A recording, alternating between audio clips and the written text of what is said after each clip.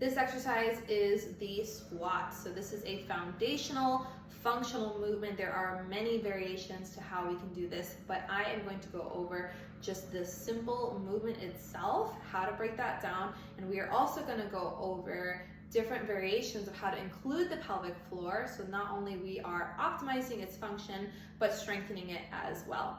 So for the squat, what I want you to do is make sure that your feet are about hip width apart. What you will do is hinge first at the hip, so I'm actually going to turn to the side so you can see me here. So you are going to push those hips back behind you, let those knees bend, and then come right back up. So you're going here, and then back up. So a couple things to pay attention to in the squat. You want to make sure that your back doesn't excessively round out. That's super exaggerated, obviously, but just a couple things to note here. So make sure that back is straight.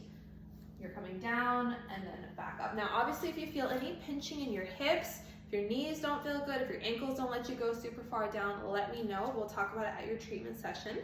But as far as breathing goes, what I want you to do, usually the most typical breath pattern that I see that feels comfortable for most people with the squat is going to be simply breathing in as you go down, and a little bit of that exhale as you come back up. Now, this is not a one size fits all. This is not going to work well for every single last person, but for the majority of my clients and the females that I work with, this usually feels the best. So you're going to breathe in and then exhale.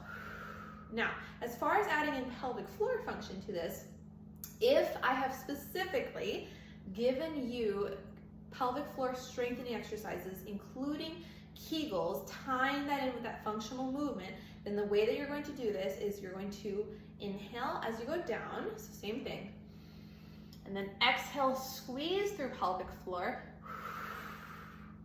as you come up. So you're going to engage through your pelvic floor. You're going to feel a little bit of your abs turning on as well. That's totally normal. And you're going to squeeze as you come up. Now, the only thing I don't want you to do is squeeze super hard through your butt cheeks. In other words, I'll show you from the back here. So what I don't want to see is this, where you're down and then really tucking that butt kind of underneath you like so. So like that.